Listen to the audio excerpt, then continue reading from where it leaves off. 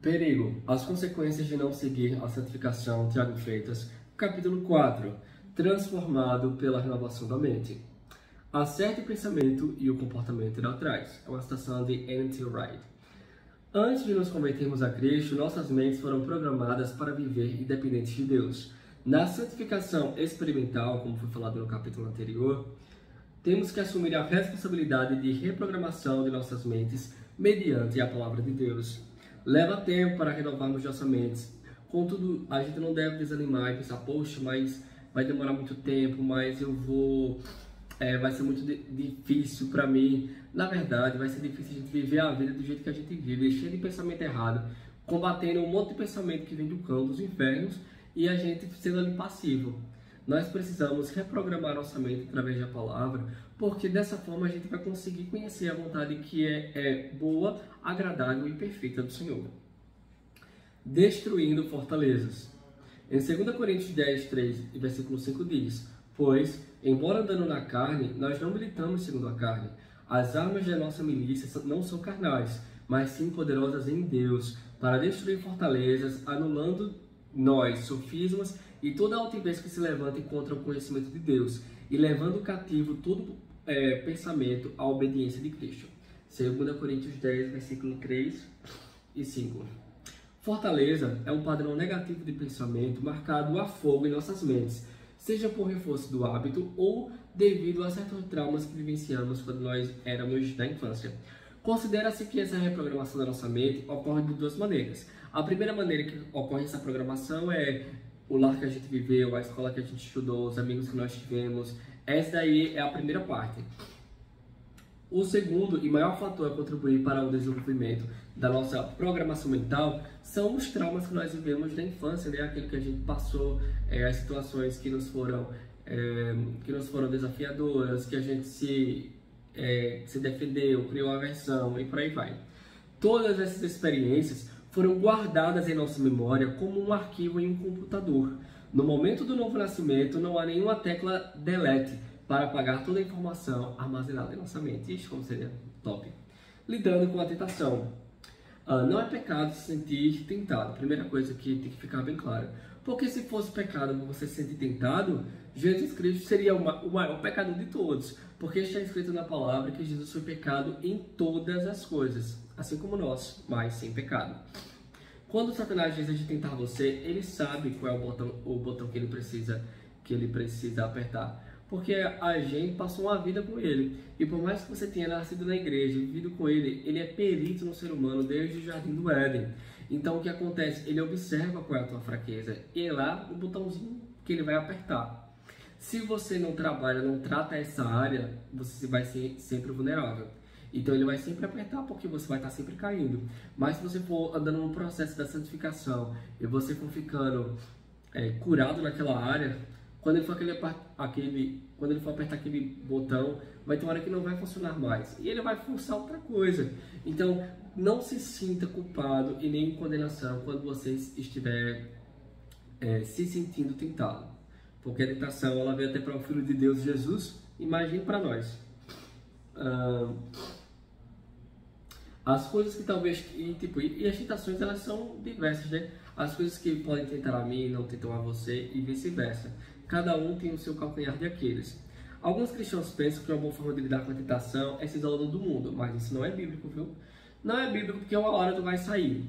Uma hora tu vai precisar sair. Aí quando chegar ao mundo, pronto, tu vai cair? Não. Quando Jesus estava orando lá em João 17, se não me engano, ele fala: Pai, eu não oro para que os tire do mundo, mas para que os guarde do maligno. Nós precisamos estar no mundo, não fazer parte dele, mas no mundo, porque nós somos o sal e a luz deste mundo. Se a gente estiver escondido debaixo de uma mesa, como é que vai brilhar essa luz? Assim, mesmo que a gente tentar se isolar do mundo, já tem tanto entulho na nossa mente, tanto lixo, tanta porqueira, que a gente precisa fazer um detox, uma reprogramação, colocar as verdades de Deus, tirar o lixo que a gente aprendeu das trevas, desse mundo corrompido, para que a gente possa começar a nos ver e a enxergar as coisas como Deus vê. E isso é muito verdadeiro, principalmente na área sexual.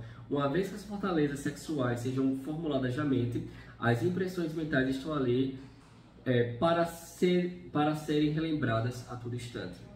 Se quisermos nos livrar desses lixos, nós precisamos trocar esses pensamentos de acordo com a palavra.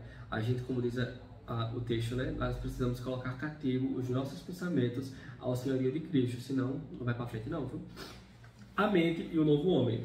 O homem exterior é o corpo físico que se relaciona com o mundo. Nosso cérebro físico é parte do homem exterior. Nossa mente, por outro lado, faz parte do homem interior. Há uma diferença fundamental entre o cérebro e a mente. O cérebro é a matéria orgânica, é a massa cefálica cinzinha que a gente tem aqui em nós. Já a mente é toda a programação, toda a formatação que tem dentro de nós. É como se o cérebro fosse a carcaça da CPU.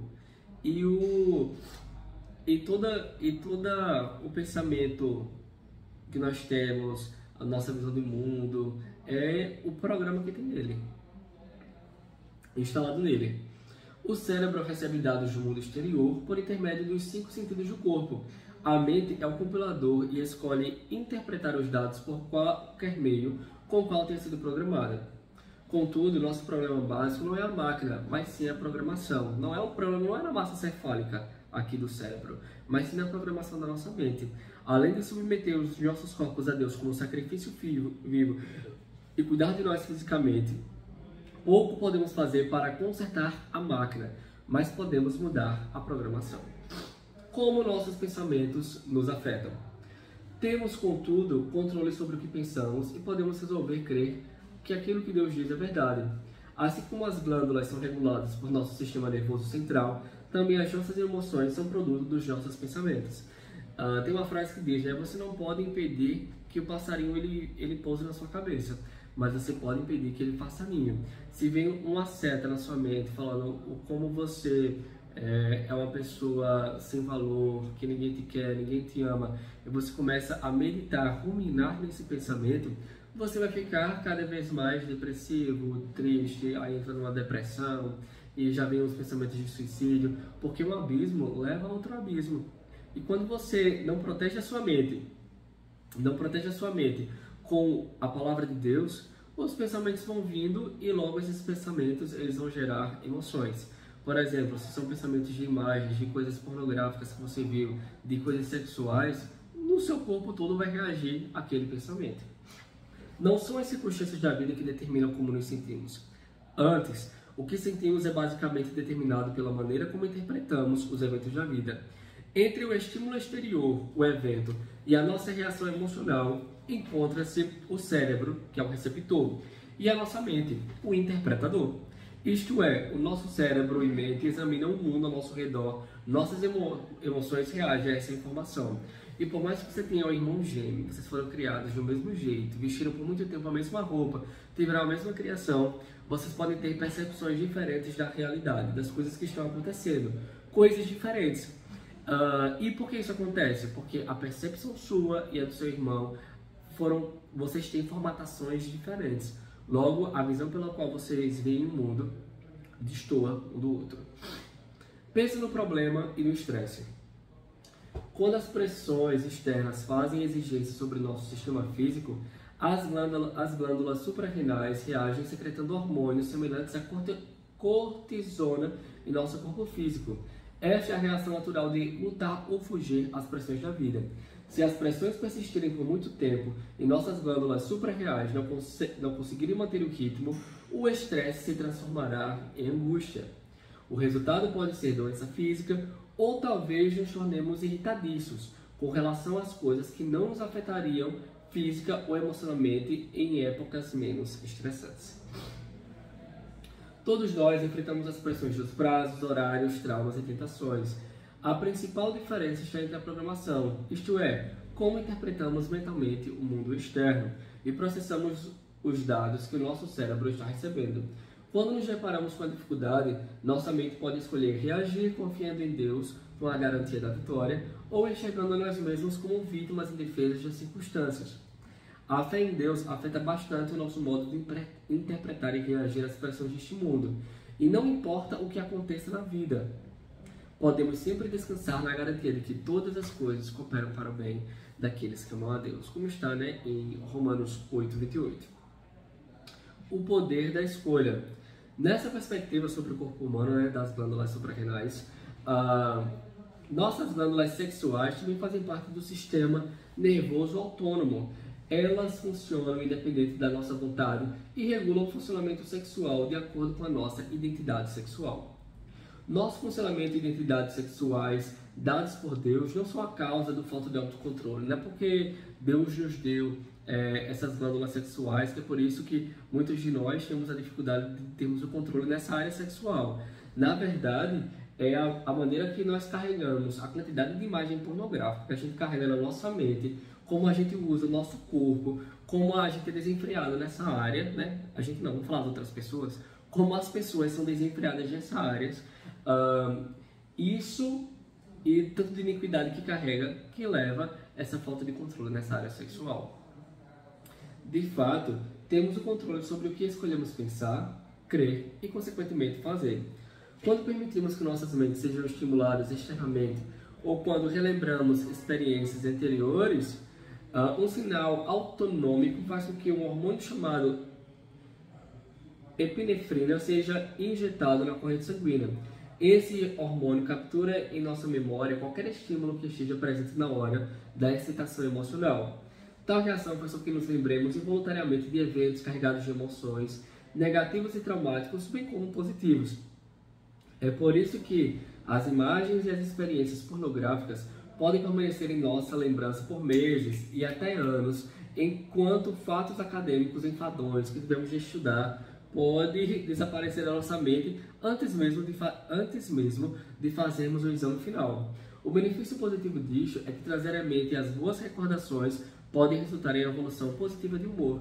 Por isso que a Bíblia tem tudo. Por isso que a palavra fala, traga à sua mente aquilo que pode trazer esperança para você. Em toda situação de tentação temos uma escolha.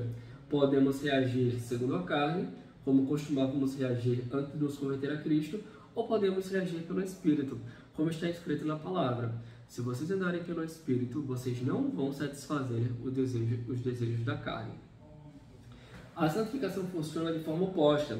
Ela começa quando reconhecemos o perdão de Deus, a vida de Cristo e o novo coração. Continua à medida que vamos renovando a nossa mente, escolhendo a verdade, o que afeta nossas emoções e transforma o nosso comportamento. A santificação posicional nos assegura do que nós já somos em Cristo pela fé. A santificação progressiva é baseada no fundamento de que nós já somos filhos de Deus, nós já somos tanto e nós já somos santos. E ao mesmo tempo ainda estamos contendendo com o mundo, com a carne e diabo, porque fomos criados à imagem de Deus e temos assim a capacidade de escolher a quem serviremos.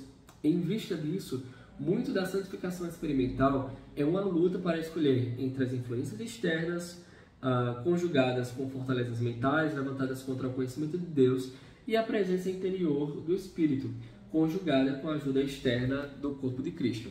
A verdadeira saúde mental vem quando escolhemos a verdade, nos apropriamos dela pela fé e andamos no Espírito.